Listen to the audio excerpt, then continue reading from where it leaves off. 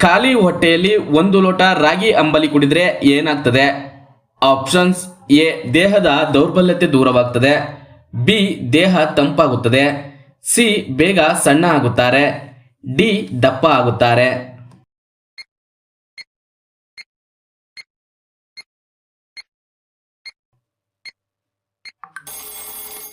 ಸರಿಯಾದ ಉತ್ತರ ಮೇಲಿನ 3 ಆಯ್ಕೆಗಳು. ವೀಕ್ಷಕರೇ, ಖಾಲಿ ಹೊಟ್ಟೆಗೆ 1 ರಿಂದ 2 ಲೋಟ ರಾಗಿ ಅಂಬಲಿಯನ್ನು 2 ತಿಂಗಳು ಕುಡಿಯುವುದರಿಂದ ಅನೇಕ ಲಾಭಗಳು ನಿಮ್ಮ ಶರೀರಕ್ಕೆ ದೊರೆಯುತ್ತದೆ.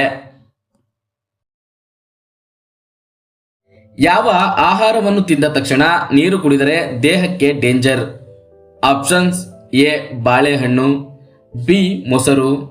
ಸಿ, ಮಸಾಲೆಯುಕ್ತ ಆಹಾರಗಳು. ಡಿ, ಅನ್ನ.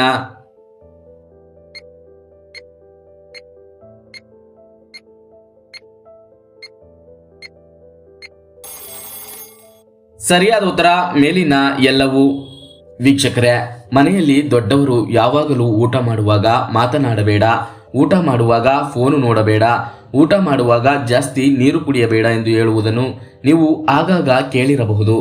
ಅದೇ ರೀತಿ ಈ ಆಹಾರ ಸೇವಿಸುವ ಅರ್ಧ ಗಂಟೆಗೂ ಮುನ್ನ ಅಥವಾ ನಂತರ ನೀರು ಕುಡಿಯಬೇಡಿ ಎಂದು ಅನೇಕ ತಜ್ಞರು ಶಿಫಾರಸು ಮಾಡುತ್ತಾರೆ. ಹೀಗಿದ್ದರೂ ಊಟ ಮಾಡುವಾಗ ನೀರು ಕುಡಿಯಬೇಕು ಎಂಬ ಹಂಬಲವನ್ನು ನಿಯಂತ್ರಿಸಲು ಸಾಧ್ಯವಿಲ್ಲ. ಆದರೆ ಈ ಪದಾರ್ಥಗಳನ್ನು ತಿನ್ನುವಾಗ ನೀರು ಕುಡಿಯುವುದರಿಂದ ಕೆಲವೊಮ್ಮೆ ಫುಡ್ ಅಲರ್ಜಿ ಉಂಟಾಗುತ್ತದೆ ಎಂದು ವೈದ್ಯರು ಎಚ್ಚರಿಕೆ ನೀಡಿದ್ದಾರೆ. ಹಾಗಾಗಿ ಎಂದಿಗೂ ಈ ಆಹಾರಗಳನ್ನು ತಿಂದ ತಕ್ಷಣ ನೀರನ್ನು ಕುಡಿಯಬೇಡಿ.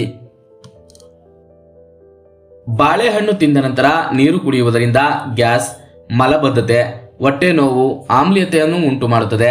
ಇನ್ನು ಮೊಸರು ಡೈರಿ ಉತ್ಪನ್ನವಾಗಿದ್ದು ಅದು ಪ್ರೋಬಯಾಟಿಕ್ಗಳನ್ನು ಒಳಗೊಂಡಿರುತ್ತದೆ.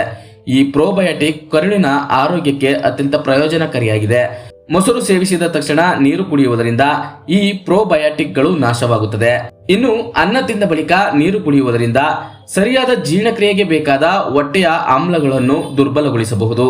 ಅನ್ನವನ್ನು ತಿನ್ನುವ ಮೊದಲು ಅಥವಾ ನಂತರ 1 ಲೋಟ ನೀರು ಕುಡಿಯುವುದು ಉತ್ತಮವಾಗಿದ್ದರೂ ಅಕ್ಕಿಯಿಂದ ತಯಾರಿಸಿದ ಊಟವನ್ನು ತಿನ್ನುವಾಗ ಹೆಚ್ಚು ನೀರು ಕುಡಿಯುವುದನ್ನು ತಪ್ಪಿಸಿ.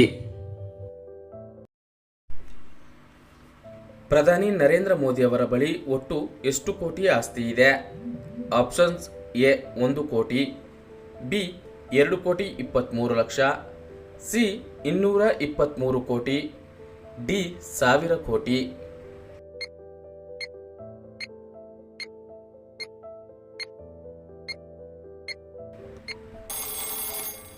ಸರಿಯಾದ ಉತ್ತರ ಆಪ್ಷನ್ ಬಿ, 2,23,00,000. ವೀಕ್ಷಕರೇ, ತಮ್ಮ ದೇಶದ ಪ್ರಧಾನಿಯ ಸಂಬಳ ಎಷ್ಟು ಎಂಬುದನ್ನು ತಿಳಿದುಕೊಳ್ಳಲು ಜನರಿಗೆ ಖಂಡಿತ ಆಸಕ್ತಿ ಇರುತ್ತದೆ. ಹೀಗಾಗಿ ಪ್ರಧಾನಿ ಮೋದಿಯವರ ಸಂಬಳ ಎಷ್ಟು, ಅವರ ಬಳಿ ಇರುವ ಒಟ್ಟು ಸಂಪತ್ತು ಎಷ್ಟು, ಅವರು ಎಲ್ಲಿ ಹೂಡಿಕೆ ಮಾಡುತ್ತಾರೆ, ಇನ್ನಿತರ ವಿಷಯಗಳ ಬಗ್ಗೆ ತಿಳಿದುಕೊಳ್ಳಲು ಜನರು ಬಯಸುತ್ತಾರೆ. ಕಳೆದ ವರ್ಷ ಅಂದರೆ 2022ರಲ್ಲಿ ಪ್ರಧಾನಿ ಕಾರ್ಯಾಲಯ ಈ ಬಗ್ಗೆ ಸಂಪೂರ್ಣ ಮಾಹಿತಿ ನೀಡಿತ್ತು. ಭಾರತದ ಪ್ರಧಾನಮಂತ್ರಿಯ ಸಂಬಳ ವಾರ್ಷಿಕವಾಗಿ ಸುಮಾರು 20 ಲಕ್ಷ ರೂಪಾಯಿಗಳು. ಇದರ ಪ್ರಕಾರ ಪ್ರಧಾನಿ ಮೋದಿಯವರು ಮಾಸಿಕ ವೇತನವಾಗಿ ಸುಮಾರು 2 ಲಕ್ಷ ರೂಪಾಯಿ ಪಡೆಯುತ್ತಾರೆ. ಇದರ ಹೊರತಾಗಿಯೂ ಪ್ರಧಾನಮಂತ್ರಿಗಳಿಗೆ ದೈನಂದಿನ ಭತ್ಯೆ, ಸಂಸದ ಭತ್ಯೆ ಮತ್ತು ಇತರ ಅನೇಕ ಭತ್ಯೆಗಳನ್ನು ನೀಡಲಾಗುತ್ತದೆ. ಪ್ರಧಾನಮಂತ್ರಿ ಕಚೇರಿಯ ಪ್ರಕಾರ ಪ್ರಧಾನಿ ಮೋದಿಯವರ ಒಟ್ಟು ಆಸ್ತಿ 2.23 ಕೋಟಿ ರೂಪಾಯಿ ಎಂದು ತಿಳಿದು ಬಂದಿದೆ. ಈ ಪೈಕಿ ಹೆಚ್ಚಿನ ಹಣ ಬ್ಯಾಂಕ್ ಖಾತೆಗಳಿಗೆ ಜಮೆಯಾಗಿದೆ. ಪ್ರಧಾನಿ ಮೋದಿ ಗುಜರಾತ್ನ ಗಾಂಧಿನಗರದಲ್ಲಿ ಜಮೀನು ಹೊಂದಿದ್ದರು, ಆದರೆ ಅದನ್ನು ಮಾರಾಟ ಮಾಡಿದ್ದಾರೆ. ನರೇಂದ್ರ ಮೋದಿ ಅವರು ಗುಜರಾತ್ ಮುಖ್ಯಮಂತ್ರಿಯಾಗಿದ್ದಾಗ 2002ರಲ್ಲಿ ವಸತಿ ಭೂಮಿಯನ್ನು ಖರೀದಿ ಮಾಡಿದ್ದರು. ವರದಿಯೊಂದರ ಪ್ರಕಾರ ಪ್ರಧಾನಿ ಮೋದಿ ಹೆಸರಲ್ಲಿ ಯಾವುದೇ ರೀತಿಯ ಬಾಂಡ್ ಆಗಲಿ ಅಥವಾ ಅವರ ಹೆಸರಿನಲ್ಲಿ ಯಾವುದೇ ಶೇರ್ ಅಥವಾ ಮ್ಯೂಚುವಲ್ ಫಂಡ್ ಆಗಲಿ ಇಲ್ಲ. ಇದನ್ನು ಬಿಟ್ಟರೆ ಅವರ ಬಳಿ ಸ್ವಂತ ಕಾರು ಸಹ ಇಲ್ಲ. 2022ರ ಮಾರ್ಚ್ ವರೆಗಿನ ಆಸ್ತಿ ಮಾಹಿತಿ ಪ್ರಕಾರ ಅವರು 1.73 ಲಕ್ಷ ಮೌಲ್ಯದ 4 ಚಿನ್ನದ ಉಂಗುರಗಳನ್ನು ಹೊಂದಿದ್ದರು. ಸದ್ಯ ಪ್ರಧಾನಿ ನರೇಂದ್ರ ಮೋದಿಯವರು ದೆಹಲಿಯ ಸರ್ಕಾರಿ ನಿವಾಸದಲ್ಲಿ ವಾಸ ಮಾಡುತ್ತಿದ್ದಾರೆ. ಇತ್ತೀಚೆಗೆ RTIನಲ್ಲಿ ಕೇಳಿದಾಗ ನರೇಂದ್ರ ಮೋದಿಯವರು ಪ್ರಧಾನಿಯಾದ ನಂತರ 1 ದಿನವೂ ರಜೆ ತೆಗೆದುಕೊಂಡಿಲ್ಲ ಎಂದು PMO ಅಂದರೆ ಪ್ರಧಾನಿ ಕಾರ್ಯಾಲಯ ಹೇಳಿದೆ.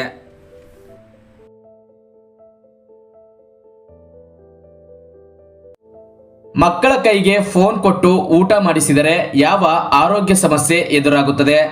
ಆಪ್ಷನ್ಸ್ ಎ ಹುಚ್ಚು ಹಿಡಿಯುವುದು, ಬಿ ಸಾಮಾಜಿಕ ಬೆಳವಣಿಗೆಗೆ ಅಡ್ಡಿ, ಸಿ ದೈಹಿಕ ಚಟುವಟಿಕೆ ಕೊರತೆ, ಡಿ ಮಾನಸಿಕ ದೌರ್ಬಲ್ಯ.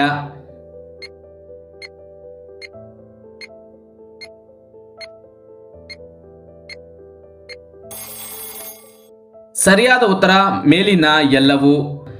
ವೀಕ್ಷಕರೇ, ಈಗೀಗ ಮಕ್ಕಳಿಂದ ಹಿಡಿದು ವೃದ್ಧರವರೆಗೂ ಮೊಬೈಲ್ ಬಳಕೆ ಸಾಮಾನ್ಯವಾಗಿ ಬಿಟ್ಟಿದೆ.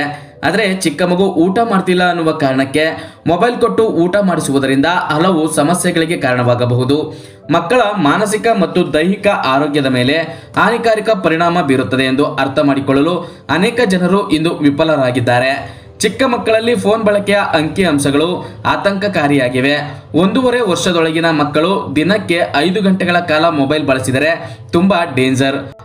ಅಳುವ ಅಥವಾ ಹಠಮಾರಿ ಮಗುವನ್ನು ಸಮಾಧಾನಪಡಿಸಲು ಫೋನ್ ಕೊಡುವುದು ತ್ವರಿತ ಪರಿಹಾರದಂತೆ ತೋರಬಹುದು.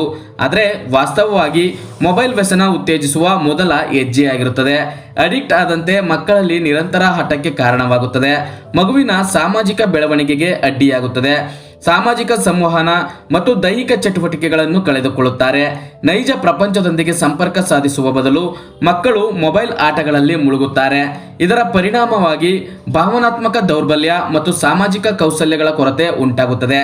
ದೀರ್ಘಕಾಲದ ಪರದೆಗೆ ಒಡ್ಡಿಕೊಳ್ಳುವುದು ಕಂಪ್ಯೂಟರ್ ದೃಷ್ಟಿ ಸಿಂಡ್ರೋಮ್ಗೆ ಕಾರಣವಾಗಬಹುದು.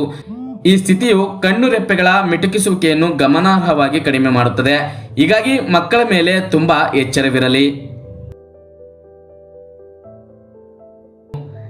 ಶ್ರೀರಾಮನ ಸಹೋದರಿಯ ಹೆಸರೇನು? ಆಪ್ಷನ್ಸ್ ಎ ಶಾಂತ, ಬಿ ಕೌಶಲ್ಯ, ಸಿ ಸಾವಿತ್ರಿ, ಡಿ ಸುಪ್ರಜಾ.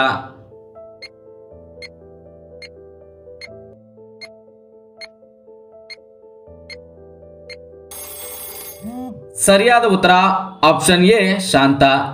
ವೀಕ್ಷಕರೇ, ಶ್ರೀರಾಮನ ಸಹೋದರಿಯ ಹೆಸರು ಶಾಂತ. ಇವರು ಶ್ರೀರಾಮನಿಗಿಂತ ಹಿರಿಯರು. ಶಾಂತ ದಶರಥ ಮತ್ತು ಕೌಶಲ್ಯ ಮಗಳಾಗಿದ್ದರು. ಭಾರತದ ಯಾವ ಊರಿನಲ್ಲಿ ಮದುವೆಗೂ ಮುನ್ನ ಲೈಂಗಿಕ ಕ್ರಿಯೆ ಕಡ್ಡಾಯ?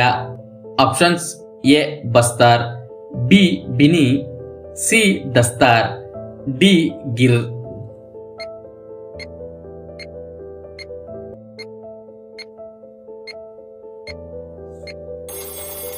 ಸರಿಯಾದ ಉತ್ತರ ಆಪ್ಷನ್ ಎ ಬಸ್ತಾರ್. ವೀಕ್ಷಕರೇ, ಛತ್ತೀಸ್ಗಢದಲ್ಲಿ ಬಸ್ತಾರ್ ಎಂಬ ಜಿಲ್ಲಾ ಕೇಂದ್ರವಿದೆ. ಈ ಜಿಲ್ಲಾ ವ್ಯಾಪ್ತಿಯಲ್ಲಿ ಮರಿಯಾ ಬುಡಕಟ್ಟು ಜನರು ವಾಸಿಸುತ್ತಾರೆ. ಇಲ್ಲಿ ಯುವಜನರಿಗೆ ಮದುವೆಗೂ ಮುನ್ನ ಲೈಂಗಿಕ ಕ್ರಿಯೆಗೆ ಅವಕಾಶ ನೀಡುವ ಪದ್ಧತಿಯನ್ನು ಸಂಪ್ರದಾಯದಂತೆ ಬಹಳ ಹಿಂದಿನಿಂದಲೂ ಆಚರಿಸಿಕೊಂಡು ಬರುತ್ತಿದ್ದಾರೆ. ಈ ಸಂಪ್ರದಾಯವನ್ನು ಗೋಟೂಲ್ ಎಂದು ಕರೆಯಲಾಗುತ್ತದೆ. ಇದಕ್ಕಾಗಿ ಅವರು ದೊಡ್ಡ ಗುಡಿಸಲುಗಳನ್ನು ನಿರ್ಮಾಣ ಮಾಡುತ್ತಾರೆ. ಈ ಗುಡಿಸಲಿನಲ್ಲಿ ತಮ್ಮ ಲೈಂಗಿಕ ಅಗತ್ಯಗಳು ಮತ್ತು ಆಸೆಗಳನ್ನು ಅರಿತುಕೊಳ್ಳಲು ಅವಕಾಶ ನೀಡಲಾಗುತ್ತದೆ.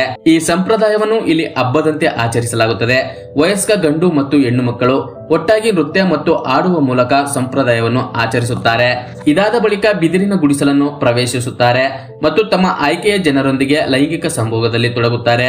ಹೀಗೆ 7 ದಿನ ಈ ಸಂಪ್ರದಾಯವನ್ನು ಆಚರಿಸುತ್ತಾರೆ. ಆಚರಣೆ ಮುಗಿಯುವುದಕ್ಕೂ ಮುನ್ನ ತಮ್ಮಿಷ್ಟದ ಜೋಡಿಯನ್ನು ನಿರ್ಧರಿಸಿಕೊಳ್ಳಬಹುದು. ನಂತರ ಸಂಬಂಧಪಟ್ಟ ಪುರುಷನು ಮಹಿಳೆಯ ತಲೆಯ ಮೇಲೆ ಹೂವನ್ನು ಇಟ್ಟು ಮದುವೆಯಾಗುವ ಉದ್ದೇಶವನ್ನು ಘೋಷಣೆ ಮಾಡುತ್ತಾನೆ. ವೀಕ್ಷಕರೇ, ಈ ವಿಡಿಯೋ ನಿಮಗೆ ಇಷ್ಟವಾಗಿದ್ರೆ ಒಂದು ಲೈಕ್ ಮಾಡಿ ಹಾಗೂ ನಿಮ್ಮ ಅನಿಸಿಕೆಯನ್ನು ಕಮೆಂಟ್ ಬಾಕ್ಸ್ ನಲ್ಲಿ ತಿಳಿಸಿ ಹಾಗೂ ನಮ್ಮ ಚಾನೆಲ್ಗೆ ಸಬ್ಸ್ಕ್ರೈಬ್ ಆಗಿ.